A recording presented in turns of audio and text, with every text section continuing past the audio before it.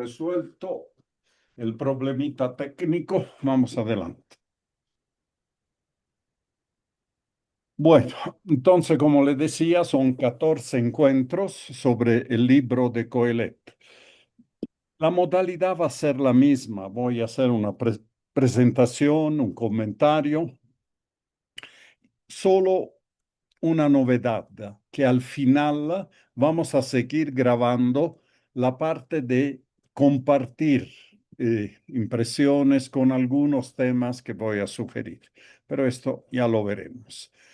Mi base es un libro del cardenal Gianfranco Ravasi, un cardenal bastante mayor, tiene 81, 82 años, y que tiene un exquisito librito sobre el comentario con base al Lexio, así que me voy a basar sobre eso. He llamado los 14 encuentros como 14 cuadros. Hoy veremos el primer cuadro, que es una introducción. No vamos a entrar a leer todavía el libro, pero sí vamos a hacer una introducción a los temas principales del libro, sobre todo las preguntas que siempre nos hacemos: ¿quién es el autor? ¿En qué periodo fue escrito? ¿Cuál es el mensaje? Etcétera, etcétera. Es Coelet un libro muy raro, un libro de enigma. Es un libro canónico, está en la Biblia porque está escrito en hebreo. Es reconocido por católicos, por judíos, por ortodoxos, por protestantes, pero sigue siendo un libro raro, un libro enigmático, un libro diferente de todos los demás. Quien sabe, el que más se le acerca es el Cantar de los Cantares, pero al polo opuesto. El Cantar de los Cantares, un libro del amor, podríamos decir, que ensalza el amor, sobre todo el amor de pareja, y aquí tenemos otro tipo de aproche a la vida, a la realidad, que es la de un sabio escéptico, un sabio desilusionado y un sabio sobre todo crítico sobre las verdades obvias, las verdades que uno acepta sin ningún discernimiento. Por eso el cuadro de los enigmas tiene 6 partes. El enigma del autor: ¿quién es el autor de este libro? Uno, más autores. El enigma de la biografía: cuándo vivió, qué hizo, ¿no? ¿Qué sabemos de él? El enigma de su emblema, de su lema, el Hebel,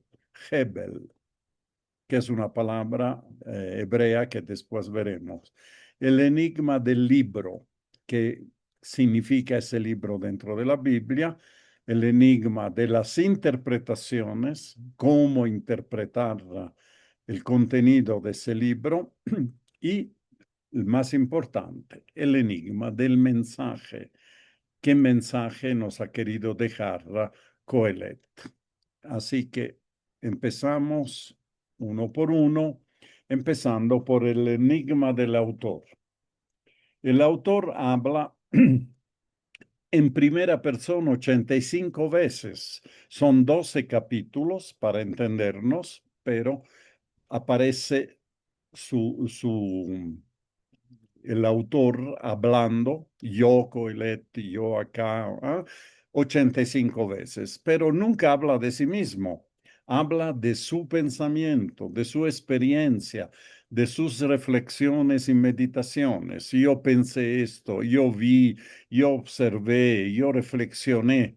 Y veremos que los verbos tienen un significado dentro del desarrollo de su pensamiento, pero poco de sí mismo. Es decir, no habla absolutamente nada. En sentido un poco metafórico, él se identifica como hijo de David, como Salomón, pero eso sabemos que era un truco que utilizaban los escritores de atribuir sus escritos a alguien famoso para que los tomaran más en cuenta.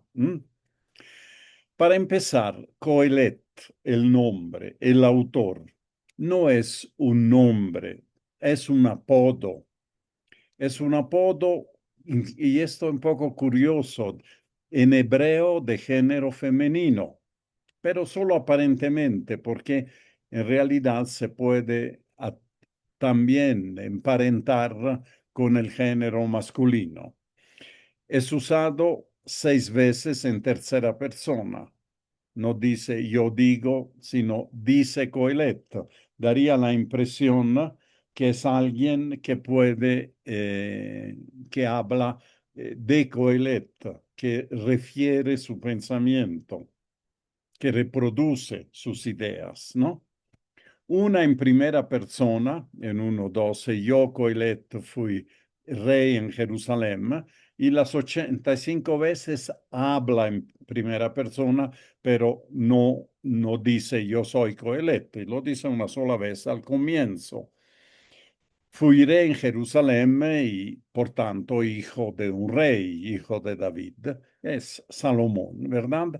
Salomón es el emblema de la sabiduría en Israel. Entonces, todo el que quiere hablar de sabiduría, quiere manifestar, compartir sabiduría, tiene que referirse a Salomón, y qué mejor identificarse con él. Pero veremos, Salomón vivió 5 siglos, 6 siglos antes, ¿no? Tal vez 7 de Coelet. Entonces, este Coelet, si no es un nombre, ¿por qué no encontramos otras personas que se llaman Coelet? Es un apodo, ¿no? Yo soy, qué sé yo, el terrorista, yo soy el columnista, algo así. Es un sustantivo que es común en hebreo, no como nombre de persona, pero como sustantivo, que con el tiempo se convierte en un apodo.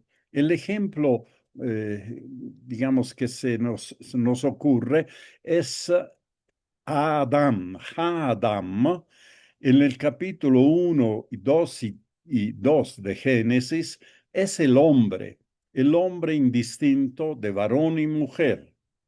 Dios creó Adam, ¿sí? En dos versiones, varón y mujer. Esto lo vimos cuando hicimos la lección del Antiguo Testamento.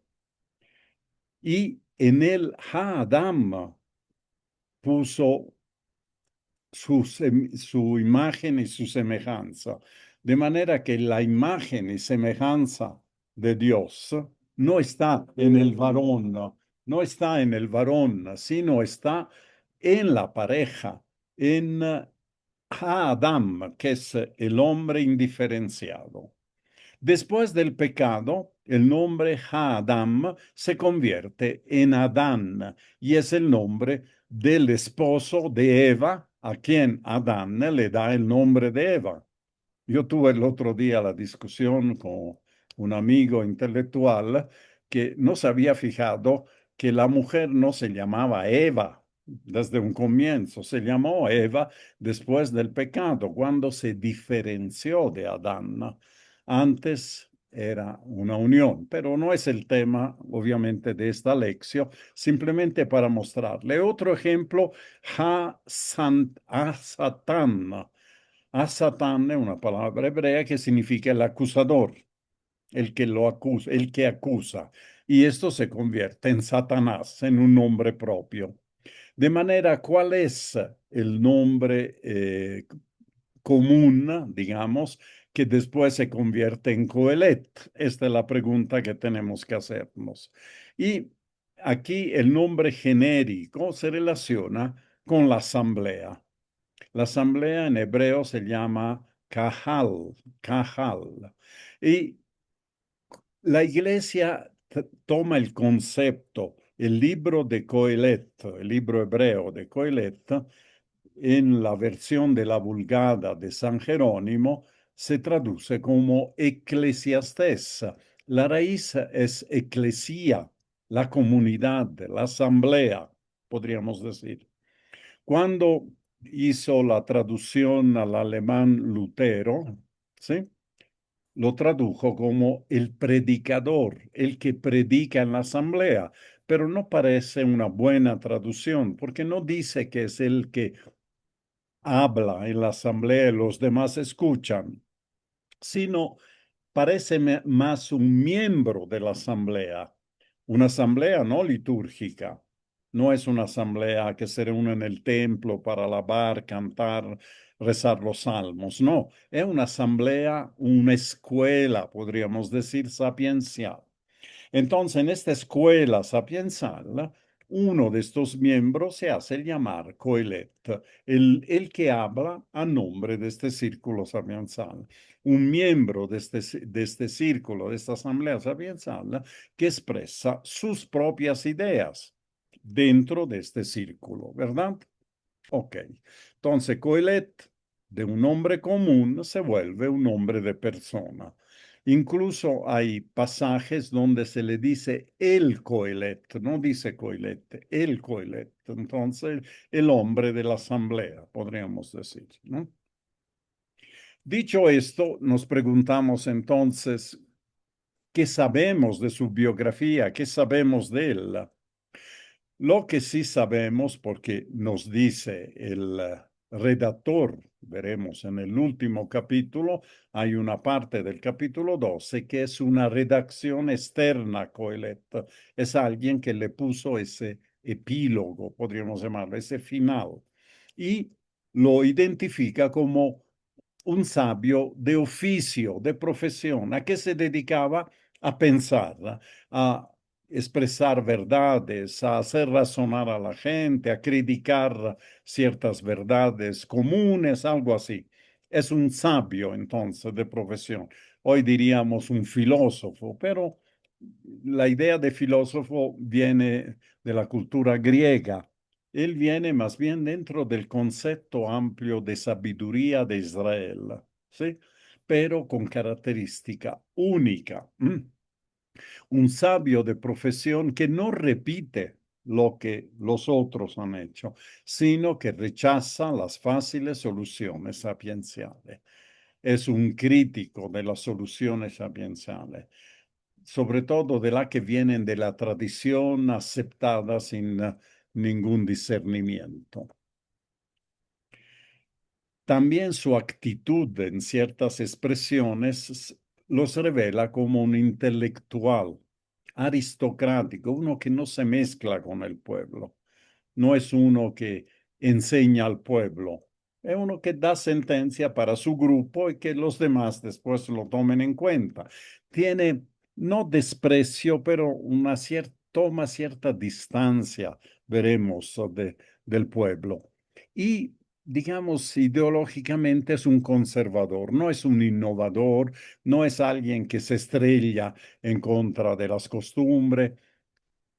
Él acepta muchas de las verdades fundamentales, pero le pone un tono de duda, de pesimismo, algo así, ¿no?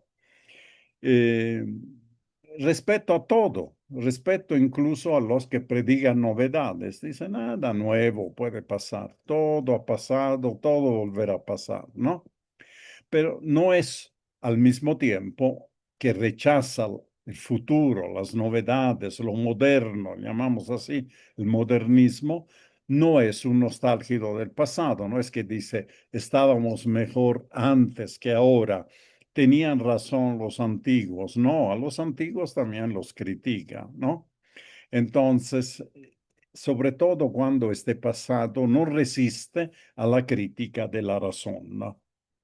Es alguien que un racionalista, podríamos decir, y veremos que lo hace con método, que primero observa el experimento, su experiencia, después se reflexiona y después saca conclusiones. Eso todo el mundo, el pasado, el presente, el futuro, tiene que estar bajo esa criba, podríamos decir. Y para dar validez a sus afirmaciones, se escuda al comienzo del libro bajo el rostro de Salomón, el sabio hebreo por excelencia, pero vivió siglos antes que él. Salomón es entre el 900 y el 1000, y veremos que Coelet escribe alrededor del año 200. Estamos hablando de 7 siglos de diferencia. Además, el lenguaje del libro es otra cosa, ¿no?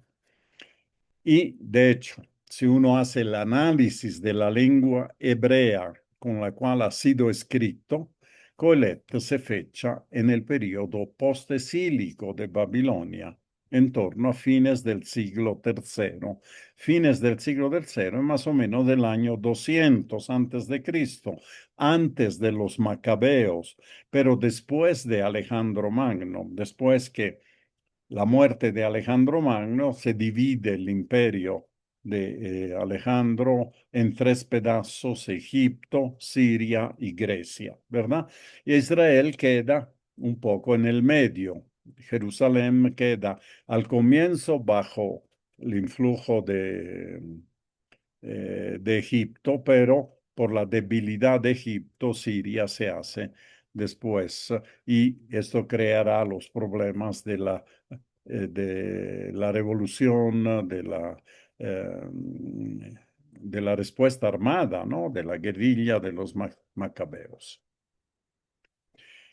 Ahora bien, en los rollos de Qumran, ¿no?, de los cuales hemos hablado varias veces, son unos rollos encontrados en 1948, hace menos de un siglo, en unas grutas cerca del Mar Muerto. Entre todos los rollos que se ha encontrado hay un fragmento de Coelet que pertenece, fechado con los métodos radioquímicos, alrededor del año 150, máximo 100. Como bien entienden, esta es una fecha tope, ¿no? Si quieren, para que se escribiera el libro. No pudo haberse escrito después del 150 si hay un documento del año 150. Por tanto, es anterior al 150, alrededor del 200, con precisión. No lo sabemos. Ese es el enigma de la biografía. Más importante es el enigma del lema de este libro. La palabra típica de este libro es la palabra Hebel. A ver, de hecho, el versículo que se repite varias veces es Jabel, Jabalim, Jakol, Jabel, que significa vanitas vanitatum et omnia vanitas, la traducción al latín de San Jerónimo, en la Vulgata. Es un poco el libro concentrado. Vanidad de las vanidades, todo es vanidad. Y la palabra es Hebel, ¿no? Ustedes saben que el hebreo no tiene vocales, solo tiene consonantes, de manera que la vocalización, ¿no?, depende un poco de los autores, de los que transcriben el texto a las lenguas modernas. Hebel aparece 38 veces en el libro. Es una palabra que está cada rato, encontramos Hebel. Y antes, un total de 60 veces en toda la Biblia. Fíjense que el libro de Coelet representa el 1% de toda la Biblia del Antiguo Testamento, y sin embargo, esta palabra, más de la mitad, más del 50%. Entonces, es realmente una palabra distintiva, yo diría, del libro de Coelet. ¿Y qué significa? Bueno, primero tenemos que entender que el hebreo es un idioma sencillo, pobre, que usa un poco, podemos pensar en el aymara, en el quechua, no tienen un diccionario muy amplio, de manera que una misma palabra se puede aplicar a diferentes términos, a diferentes situaciones, depende un poco del contexto. Entonces, todos los términos en hebreo tienen esta ambigüedad. Puede significar una cosa en un contexto, puede significar otra en otro contexto. Y los significados de Hebel son algo de soplo y caliente, algo que se deshace, fofo, diríamos en castellano, ¿no? Un vapor, un humo, un aliento, es decir, nada, algo efímero, algo que aparece y desaparece, que hace y se deshace. Su traducción moderna si queremos utilizar conceptos modernos, sería absurdo, un vacío, una inutilidad, algo que no sirve para nada, una desilusión, una sombra, podríamos decir, un caos, una fugacidad, un viento, pero no el viento bíblico en su esencia, que es la ruá, que es el viento del espíritu también, sino como un golpe de aire, algo improviso que viene, ¿no? Un ventarrón que va y desaparece, ¿no? No es el viento como metáfora del espíritu. En Isaías 57:13 encontramos una aplicación de este término. También ahí encontramos Hebel. Estamos en Isaías 57:13. Se lo leo. Dice, cuando grites, que te salven los reunidos en torno a ti, que a todos ellos los llevará el viento. No es un viento divino, un viento, aliento espiritual. Es este golpe de viento que se los lleva todo. Los arrebatará el aire. Entonces desaparecen. ¿Sí? En la lección preferiremos los términos vacío, vaciedad. Todo es vacío, todo es vaciedad. Nada es consistente, nada se queda, todo pasa, todo es efímero, algo así. ¿Sí? Vanitas, la vanidad, si traducimos vanitas no como vaciedad o vacío, sino como vanidad, le estamos dando un toque moralista. Uno es vanitoso, ¿no? La vanidad es uno de los pecados, de los vicios que uno tiene, ¿no? Sobre todo las mujeres, dicen, le gusta ser bonita, pintarse, hacer, ¿no? Vestir bien, cosa que es admisible, es muy bonita, pero cuando se vuelve una obsesión, ¿no? Se vuelve vanidad, ¿no? Ser vanitoso, ¿no? De hecho, conlleva una carga de moralismo que no condice con el libro. No, no es la idea del moralismo, no habla de la vanidad, habla del vacío, de la vaciedad, ¿no? Hay una hipótesis moderna de exegetas modernos que dicen como el hebreo no tiene signos de interrogación o de exclamación, entonces leen como dudas de Coelet, lo que iría con su carácter, que nada es cierto, es un escéptico total. Entonces, todo es vacío, se pregunta, todo es vaciedad, pero no, eso no tiene muchos seguidores, esta hipótesis. Él realmente estaba convencido que nada queda, que todo es vacío. Esto es parte de los tentativos de rescatar Coelet. Rescatar Coelet, decir, si es un libro de la Biblia, debe tener algo que esté de acuerdo con todo el mensaje de la Biblia. Entonces, este escepticismo, este pesimismo no va con la Biblia. Bueno, eso es algo que se puede discutir, ¿verdad? Pero la identidad del libro es la que es. Vamos a ver otras citas donde se utiliza este vocábulo Hebel para ver qué significado tiene. En los Salmos, si tomamos los Salmos, tenemos el Salmo 144:4. Aquí lo tengo. Perdón, un ratito. Dice así, el Salmo 144:4. Yahvé, ¿qué es el hombre para que le conozcas? El hijo de hombre para que en él pienses. El hombre es semejante a un soplo. El hombre es un Hebel. Es este aliento, este vacío, esta vaciedad. Sus días como sombra que pasa. Como ven, hasta en los salmos encontramos algunas expresiones como eso. Siempre en los salmos vamos al Salmo 39, 39, 6, 7. y encontramos esta expresión, ¿no? Oh sí, de unos palmos hiciste mis días, mi existencia cual nada es ante ti, solo un soplo, todo hombre que se yergue, nada más que una sombra el humano que pasa, solo un soplo las riquezas que amontona sin saber quién las recogerá. Esto es lo más cercano a Coelet que yo he encontrado en los Salmos. Es la misma actitud, que todo es soplo, todo es vacío, todo es efímero y que este soplo hace que la realidad se vuelva una sombra.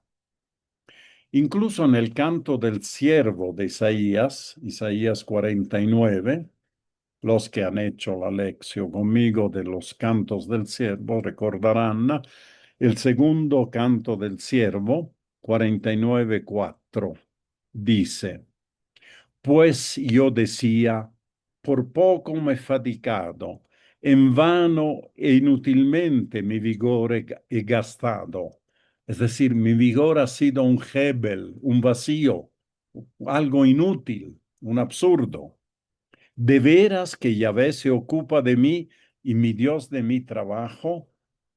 Esta es la duda del siervo de Yahvé que ve que no tiene éxito con su predicación o con su servicio, que es rechazado. ¿Mm? Entonces dice, en vano he trabajado, ¿sí? Bueno, ahí viene la respuesta de Yahvé que lo va a glorificar. ¿Mm? El resumen. Para Coelet, todo cuanto se hace bajo el sol. Esta es otra expresión típica. Bajo el sol significa en esta vida, en la tierra.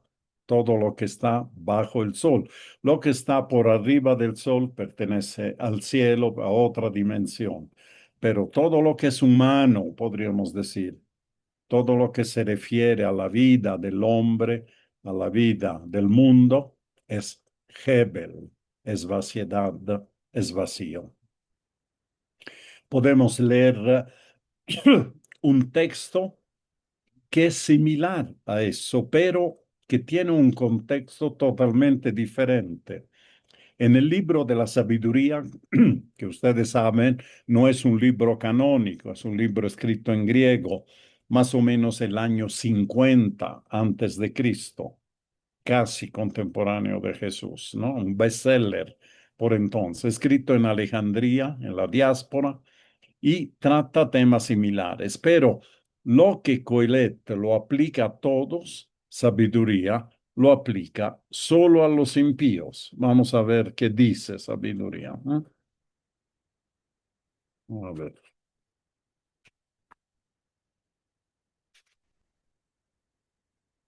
si es que lo encuentro. ¿Dónde estás? Sabiduría, capítulo 5 del 9 al 11 y 14. Dice así. Bueno, en el versículo 8, ¿de qué nos sirvió nuestro orgullo? ¿De qué la riqueza y la jactancia? Todo aquello pasó como una sombra, otra vez, ¿no? El concepto, como noticia que va corriendo, como nave que atraviesa las aguas agitada y no es posible descubrir la huella de su paso, ni el rastro de su quilla en las olas. ¿Mm? Como pájaro que volando atraviesa el aire y de su vuelo no se encuentra vestigio alguno. Con el golpe de su remo azota el aire ligero, lo corta con agudo silbido, se abre camino batiendo las alas y después no se descubre señal de su paso. Como flecha disparada al blanco, el aire hendido refluye al instante sobre él y no se sabe el camino que la flecha siguió. Son todos ejemplos que muestran que efectivamente, una vez pasado lo efímero que puede ser, ¿no? Y la traza que deja un barco en el mar. Lo mismo nosotros, apenas nacidos, dejamos de existir y no podemos mostrar vestigio alguno de virtud, nos gastamos en nuestra maldad. Mire qué frase fuerte esta de sabiduría. Lo mismo nosotros, apenas nacidos, dejamos de existir. Uno nace para morir, ya sabe, desde el momento que ha nacido, que tiene fecha de vencimiento, diríamos hoy. Aquí viene la explicación, pero, del sentido de todo eso. En efecto, la esperanza del impío es como brisna arrebatada por el viento, como espuma ligera acosada por el huracán. Se desvanece como el humo con el viento, pasa como el recuerdo del huésped de un día. La esperanza del impío, eso. Entonces, sabiduría, los mismos conceptos que veremos, desarrolla Coelet, los aplica al impío. Esta es la suerte de los impíos, mientras la suerte de los justos delante del Señor es otra. Su vida tiene sentido, no es efímera, su memoria queda en la historia y todo lo demás. Vamos al enigma del libro. Estamos avanzando. Bien. ¿Qué podemos decir del libro? Como siempre en todos los libros de la Biblia aparece la disputa si es un solo autor el que lo escribió, los 12 capítulos, o fueron múltiples manos, incluso de épocas distintas. Siempre se pone ese problema. Se ha puesto por Isaías y tenían razón. Isaías hoy sabemos que son tres partes. Una unitaria, escrita por el gran Isaías del siglo séptimo antes de Cristo. La otra es el libro del siervo de Yahvé, que está dentro del libro de la consolación, que ha sido escrito durante el exilio, un poco antes, un poco después, pero en la época del exilio. Y la tercera parte, capítulo del 56 al final, que son una colección de escritos de diferentes épocas. Solo dos escritos son unitarios. Esto en el caso de Isaías. En el caso de Coelet hay contradicciones internas en algunas partes del libro, pero aún esas contradicciones son parte de la estructura mental de Coelet. Eso lo veremos al leer.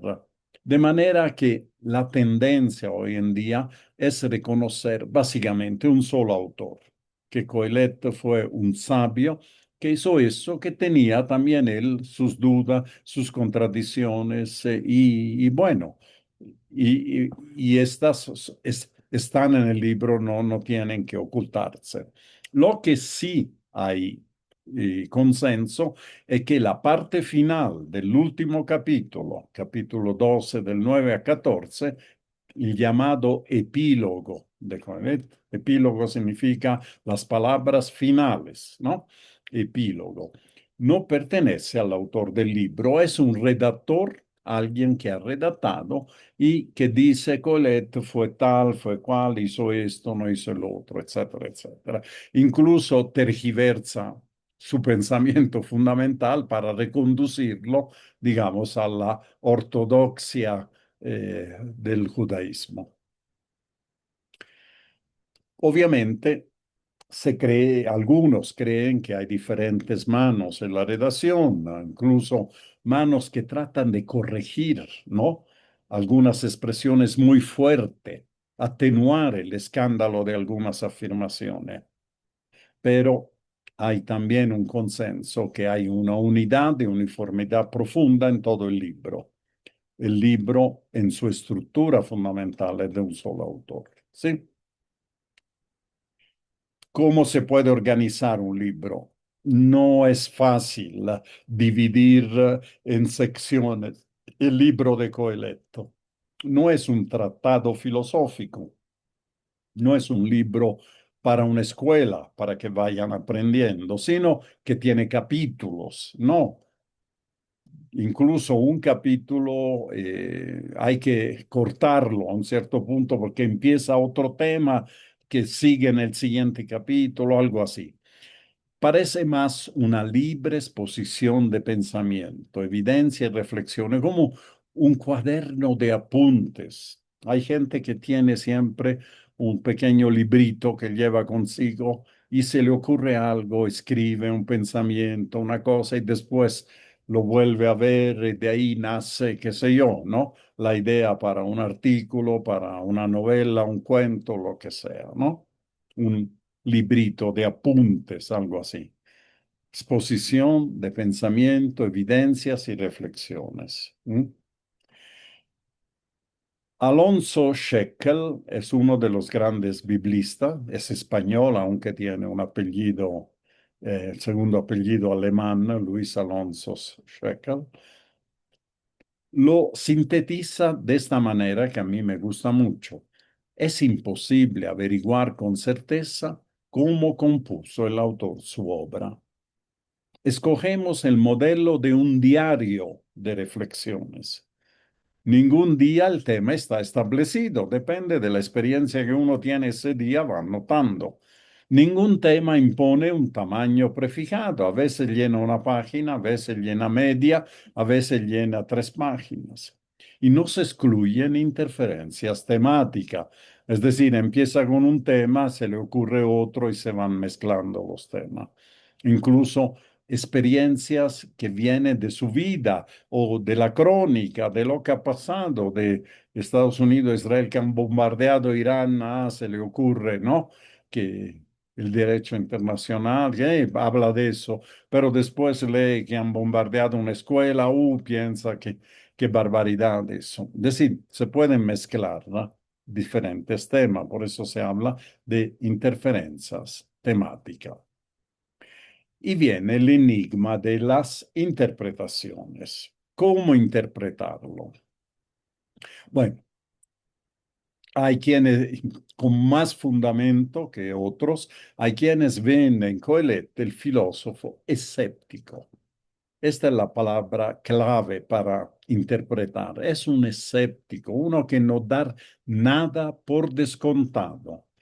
Nada es verdadero si no lo verifico, ¿no? Y más bien, mi primera idea es no creer en lo que me dicen.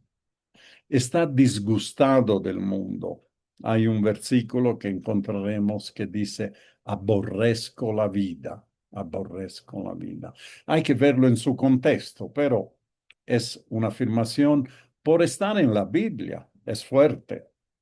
Es un rebelde, es alguien que no pertenece a ninguna escuela, es insensible, es pesimista de la condición humana.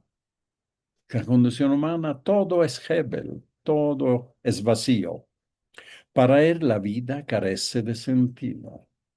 Uno nace, desarrolla cierta actividad vacía y finalmente termina en el Sheol, en este lugar donde uno vive como fantasma, ¿no? Como larvas, como sombras. Y es una cadena cíclica determinista. Y se repiten las cosas. No hay nada nuevo bajo el sol.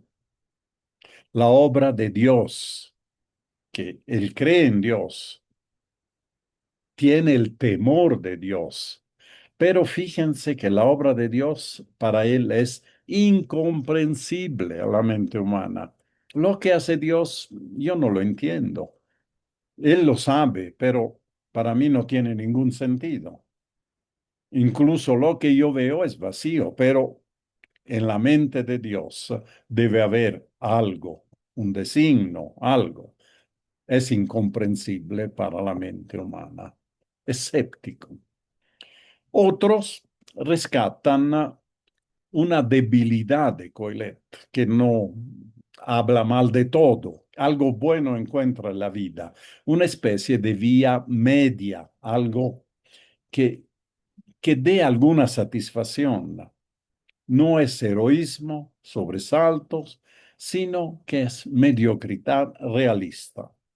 Es decir, desconfía de la teoría de la retribución, que si uno se porta mal, va a ser premiado, si se porta, perdón, si se porta bien va a ser premiado, si se porta mal va a ser condenado. No, rechaza esto, no hay retribución para él. Y esto es fuerte porque es ir en contracorriente a toda la predicación de los profetas, como una forma de crítica a la sabiduría tradicional. La sabiduría tradicional predicaba claramente que se pórtate bien y tendrás un premio, ¿sí? Pórtate mal y serás castigado. Eso no funciona así en la realidad. Hay gente que se porta mal, como dicen, ¿no? Las chicas buenas, dice, van al cielo, las chicas malas van a todo lugar, ¿no? Bueno, no es que van al infierno. Bueno, esos son hasta en los chistes populares. La realidad es otra, que los malvados a veces triunfan. Entonces, ¿qué me vienen a contar de la teoría de la retribución? Dice Coelet. Como ven, es un crítico ácido, ¿no? De verdades dadas por descontada. Nada está descontado. Hay una conexión, ¿no? Judía de Coelet con la fiesta de las tiendas. Esta fiesta más popular en Israel es la fiesta alegre, intensa, donde se hace la loa de la ley divina. Entonces, en esta conexión ha surgido una interpretación paradójica como maestro de la dicha, un poco, ¿cómo se llama este escritor Paulo Coelho de la antigüedad, ¿no? El que dice, busca en la sencillez, en el placer físico, ¿no? En la actividad mental, en la contemplación de la naturaleza, ahí está la dicha. Sí, algo de animismo, de cosas.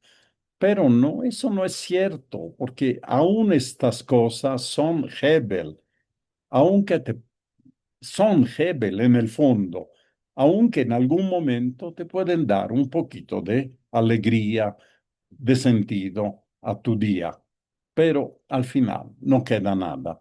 Entonces, la interpretación con la cual nos vamos a quedar es la primera. Es un filósofo escéptico, disgustado del mundo, ¿sí? Nada tiene sentido para él, hasta la obra de Dios, que sin duda debe tener un sentido, pero yo, el hombre, no lo puede comprender. Y finalmente, el enigma del mensaje. ¿Cuál es el mensaje que nos quiere dar Coelet? Coelet piensa en forma laica. No es un sacerdote, no es un levita, no es un profeta, ¿sí? Es un sabio laico que no rechaza la fe en Dios, pero este Dios es un Dios diferente del Dios de Israel, veremos, ¿no? Es alguien que polemiza con como hemos dicho, con el pensamiento tradicional religioso, aunque se apoya en la certeza de que Dios, el creador, el que ha hecho todas las cosas, existe y actúa, pero de manera incomprensible, como decíamos. Entonces, un primer mensaje que podemos rescatar, el pensamiento laico, el pensamiento crítico, aún dentro de la iglesia, aún dentro de las instituciones, no es una afrenta a Dios, ni lo es la crítica a la religiosidad convencional, al pietismo, por ejemplo. ¿Sí? Él no llega a ser antitradicionalista, no hace la guerra a los tradicionalistas, pero a los tradicionalistas le dice, yo veo otras cosas. Discúlpeme, ustedes pensarán eso, pero lo que yo veo, lo que yo he reflexionado, lo que he dado vuelta, es eso.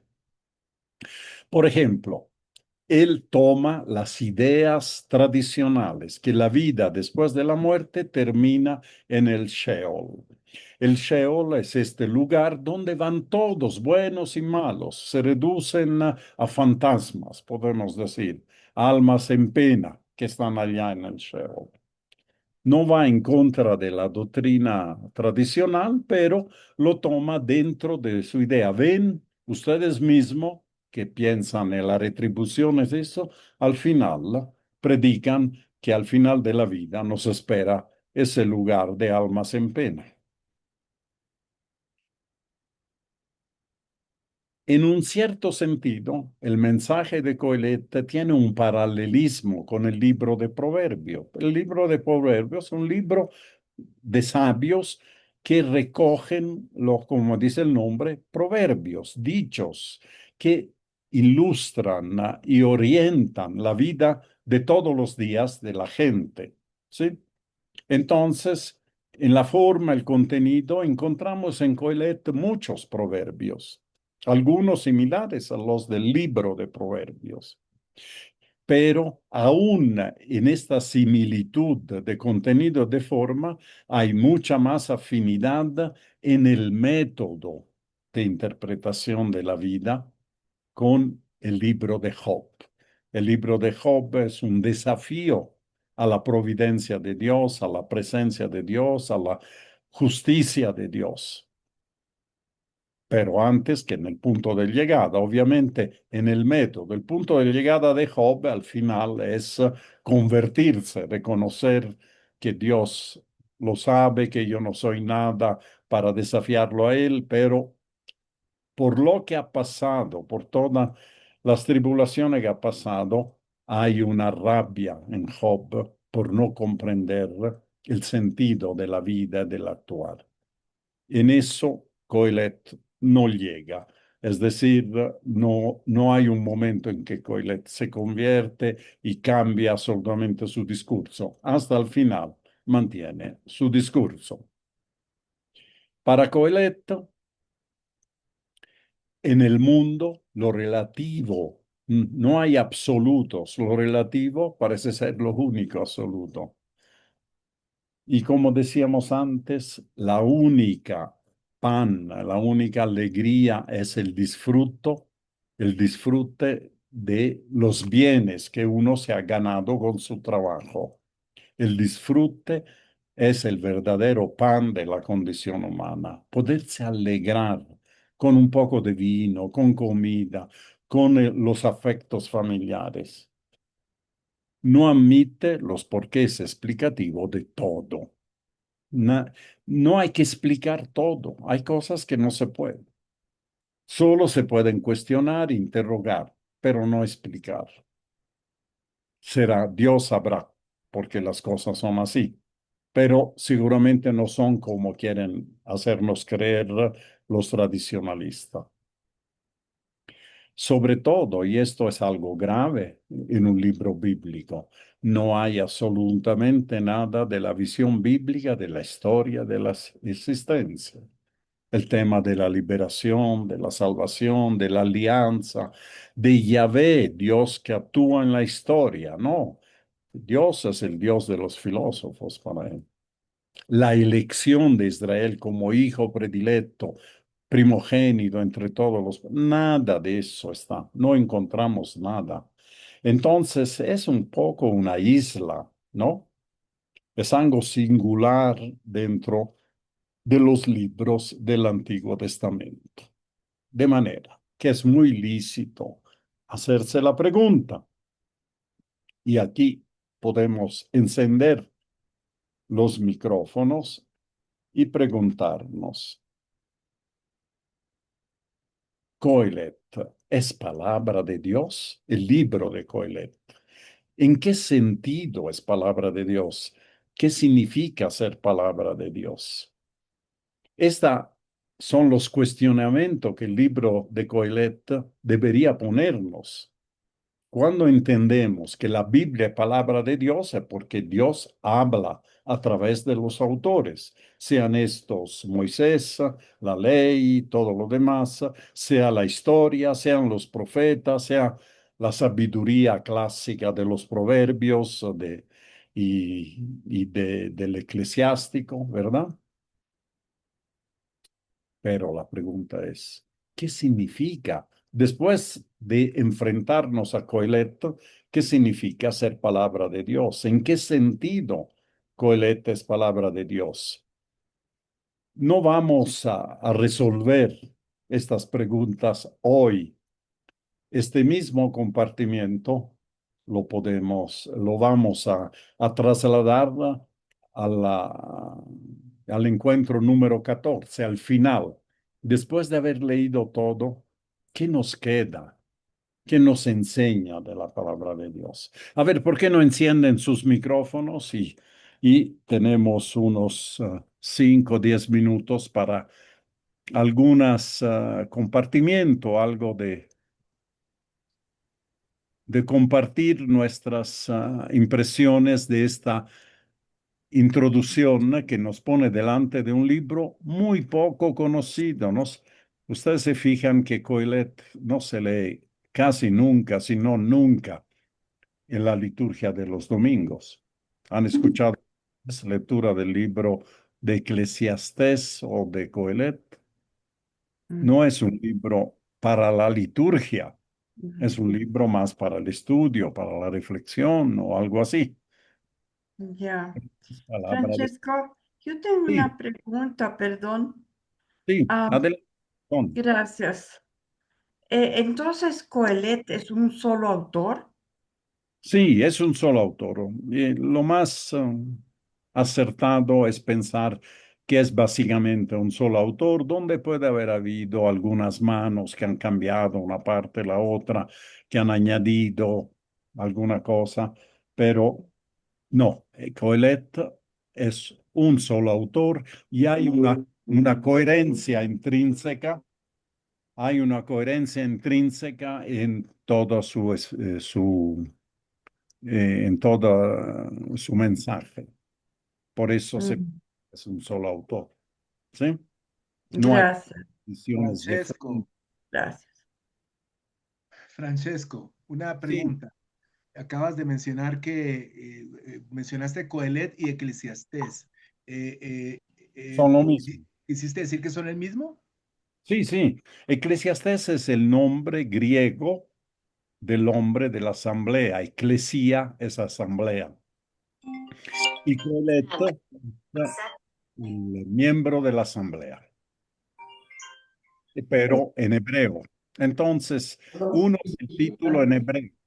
Hoy en día hay una tendencia a mantener los nombres hebreos y no cambiarlos, ¿no?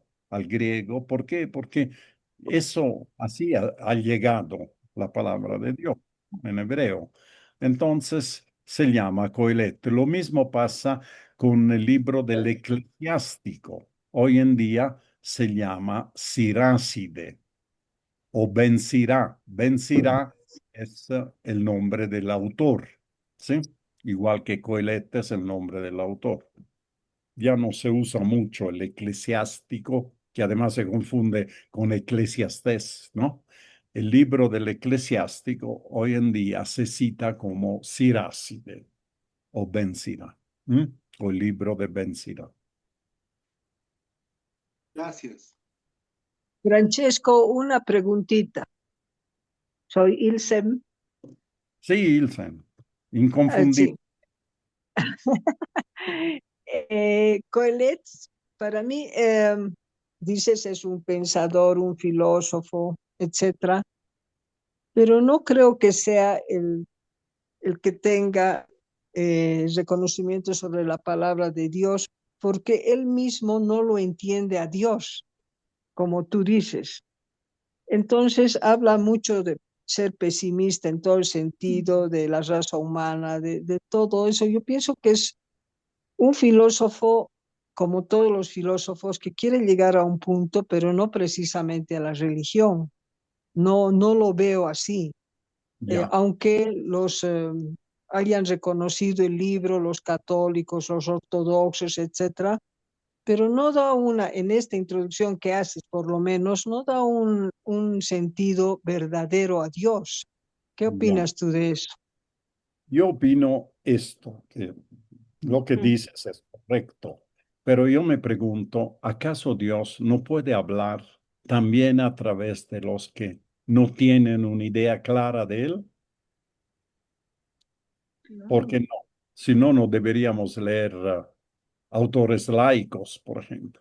Yo creo que al leer un libro de un novelista laico, de un filósofo, de un ensayista, uno puede también de allá aprender algo más acerca de Dios.